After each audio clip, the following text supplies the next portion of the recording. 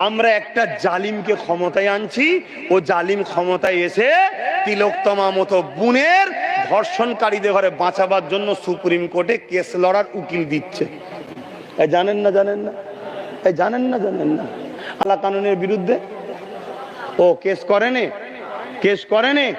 অথচ আমাদেরই ট্যাক্সের টাকায় তিলোত্তমা বোনকে যারা ধর্ষণ করেছে তাদেরকে বাঁচাবার জন্য রাজ্য সরকার অনেক উকিল লাগিয়েছে সুপ্রিম কোর্টে। জানেন, কথা মাথায় ঢুকছে? ঢুকছে মাথায়। অথচ ওয়াকাফের জন্য উকিল লাগাইনি। তাহলে বলুন, আব্বাস সিদ্দিকীর জলসা আটকানো হবে না হবে না? আমাকে জলসা রুকা হবে না হবে না? হ্যাঁ, আমি যদি আমার সংগঠন যদি ওয়াকাফের পক্ষে আন্দোলন করে রুকা হবে না হবে না? কেন হচ্ছে বুঝতে পারছেন? আমি যেমন ডাকাতেরও বিরোধী করি, চোরেরও বিরোধী করি। কথা বুঝছেন না, বোঝেন না? আচ্ছা,